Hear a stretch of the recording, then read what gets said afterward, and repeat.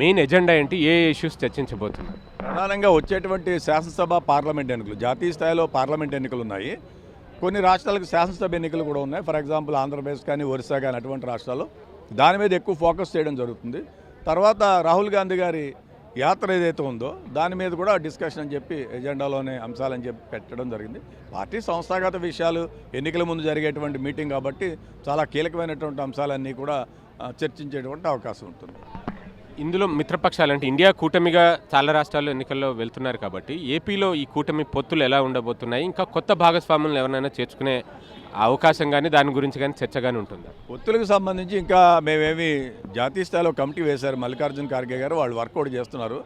నేను నిన్న సీతారాం యేచూరి గారిని కలిసింది ఓన్లీ వ్యక్తిగతంగా గౌరవప్రదంగా కలిశాను. నిన్న ఆప్కు సంబంధించి ఆంధ్రప్రదేశ్ వ్యవహారాల ఇన్ఛార్జ్ మణినాయుడు గారిని కూడా కలిశాను. గతంలో సిపిఐ నారాయణ గారిని కూడా కలిశాను. ప్రజాక్షేత్రంలో కేంద్ర రాష్ట్ర ప్రభుత్వ ప్రజా వ్యతిరేక విధానాల మీద పోరాటం చేయడం కోసం కాంగ్రెస్ పార్టీ వివిధ లెఫ్ట్ పార్టీలతో కలిసి పనిచేస్తుంది. దాంట్లో భాగంగానే వారిని కలిశాను. బట్ ఈ అలయన్సెస్కి సంబంధించి నేషనల్ పార్టీగా ఆల్ ఇండియా డైరెక్షన్ ఏది ఉంటే ఆ ప్రకారం చేస్తాం. మీ పార్టీలో ఈరోజు వైఎస్ఆర్టీపీ విలీనం కాబోతుంది. At the same time Sharmila join అవుతున్నారు. సో ఆ ప్రభావం ఎలా ఉండబోతుంది అనుకుంటున్నారు? ఆమెకి ఎటువంటి రోల్ ఇచ్చే అవకాశం ఉందండి? డెఫినెట్గా ఆవిడ ప్రభావం ఆంధ్ర రాష్ట్ర ఓట్ బ్యాంక్ మీద గణనీయంగా ఉంటుంది. దివంగత ముఖ్యమంత్రి రాజశేఖర రెడ్డి గారి తానగా ఆవిడకి ప్రత్యేకమైనటువంటి ఆకర్షణ ఉంది. గతంలో ఆవిడ రాష్ట్రం అంతా కూడా పాదయాత్ర చేసినటువంటి నేపథ్యం ఉంది. సో డెఫినెట్గా ఆవిడ కాంగ్రెస్ పార్టీకి యాడెడ్ అడ్వాంటేజ్ అనే నేను భావిస్తూ ఉన్నాను.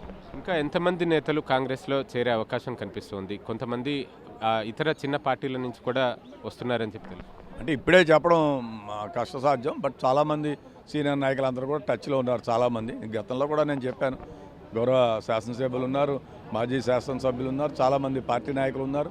సో వాళ్ళ పరిస్థితిని బట్టి ఆ టైంని బట్టి నేను మీకు చెప్పడం జరిగింది. కాంగ్రెస్ పార్టీ గత 2 ఎన్నికల్లో రాష్ట్రంలో అసలు ఏమాత్రం ప్రభావం చూపలేకపోయింది. ఇప్పుడు షర్మిల చేరికతో ఏ మేరకు పుంజుకుంటుందని అనుకుంటున్నారు? ఆమెకు ఎటువంటి బాధ్యతలు ఇచ్చే అవకాశం ఉందని? అంటే కొన్ని చర్చలు ఏంటంటే రాష్ట్ర బాధ్యతలే ఇస్తారని, లేదంటే జాతీయ స్థాయిలో తీసుకుని ప్రచారానికి ఉపయోగించుకుంటారన్న చర్చ. బాధ్యతలు ఇవ్వడం అనేటువంటిది కాంగ్రెస్ అధ్యక్షులు మల్లికార్జున ఖార్గే గారు తీసుకునేటువంటి నిర్ణయం. దానికి మేము అందరం కూడా కట్టుబడి ఉంటాము.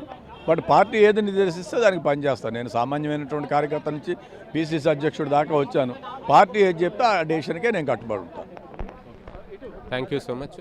సో ఆంధ్రప్రదేశ్లో పొత్తులకు సంబంధించి జాతీయ స్థాయిలోనే నిర్ణయం తీసుకుంటామని, అయితే తాను కేవలం ఇండియా కూటమిలో ఉన్న రాష్ట్ర విభాగాల నేతలతోటి కేవలం మర్యాదపూర్వకంగా మాత్రమే కలిశానని గిడుగు రుద్రాజ్ చెప్తున్నారు. అలాగే షర్మిల చేరిక ఖచ్చితంగా కాంగ్రెస్ పార్టీకి బలోపేతంగా మారుతుంది అంటూ ఆయన చెప్పుకుని వస్తున్నారు. కెమెరా పర్సన్ రమేష్తో మహాత్మా కుడియా, టీవీ9 న్యూఢిల్లీ.